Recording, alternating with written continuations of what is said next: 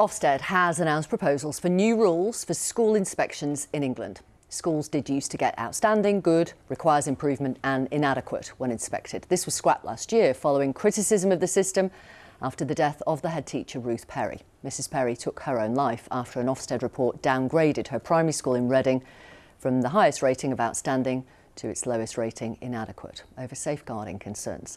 The coroner concluded the inspection in 2022 contributed to Mrs Perry's death. In future, schools will be given a report card like this one, in which 9 key areas, yes, put your glasses on to have a look at that, including leadership or behaviour, will each be graded on a 5-point scale from causing concern to exemplary. We'll talk to Ruth Perry's sister in a moment. First, here's the Education Secretary, Bridget Phillipson, talking earlier today about the government's new proposals. Our proposals will swap single headline grades for the rich, granular insight of school report cards, raising the bar on what we expect from schools, shining a light on the areas that matter, each given their own grade, identifying excellence and rooting out performance that falls short of expectations, so that parents have clearer, better information about their local schools. Well, let's talk now to Professor Julia Waters. Thank you very much for being with us on Newsnight. These changes are happening because your sister took her own life. Are these new proposals an improvement on the old system in your view? To me, it just looks like they are the old system rehashed with a rather alarming colour coding to emphasise those 1- and 2-word judgments which are being kept to judge schools.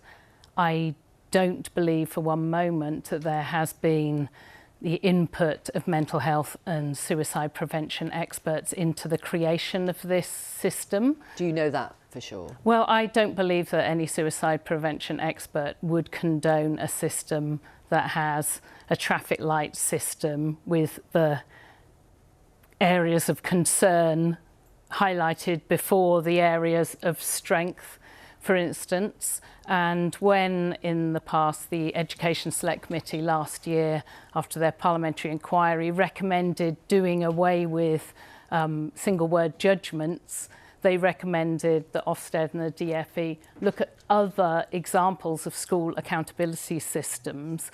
They did not say, let's have 5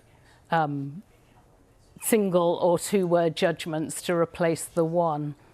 So this system wouldn't have made any difference to your sister because it's still putting stress on teachers. Is that the point? It is still putting stress on teachers. I mean, there are changes that they are proposing, like removing safeguarding from the leadership and management category. That is a very sensible thing to do. Mm-hmm. It's one that I had asked for, that I had pushed for, clarifying what is meant actually by safeguarding. You know, there are things in there that are good and that are moves in the right direction, or changes that have already been implemented that are being kept. But there are areas that I do not feel have been properly addressed. The impact of inspection upon the well-being of teachers and head teachers should be at the centre of these reforms, it's not. Is there any system anywhere which involves an inspection which isn't going to mean some pressure on teachers? Of course there's always pressure, but it's where that pressure is disproportionate. It's where the consequences of an inspection that is there for 2 days can mean the end of a head teacher's job, their career, the public shaming and humiliation that goes with that. Mm. And I find it frankly galling that a system that's all about the accountability of schools has no checks and balances of its own. Ofsted in this new system has not heeded calls to strengthen its own accountability. And if I may, I found it deeply ironic that the definition of not meeting safeguarding, according to this new measure, this new proposal, is that there is a closed culture, that leaders are not open to challenge and do not learn from issues and incidents. That could be a description of Ofsted's response to my sister's death. You have fought so hard since your sister's death, for your sister. It sounds like you are going to keep fighting. Until I feel that there's real change, I don't feel I have any choice but to keep fighting. Yes, I'm doing it because what happened to Ruth was a terrible injustice and was preventable. And I'm doing it for all the teachers and head teachers out there who have been contacting me in their hundreds, telling me about the terrible pressures and stress that Ofsted causes to them.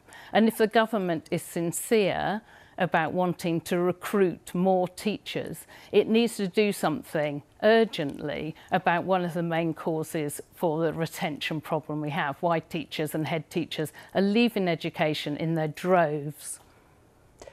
Thank you very much for talking to our audience tonight. Thank you, Thank you. Professor Julia Waters.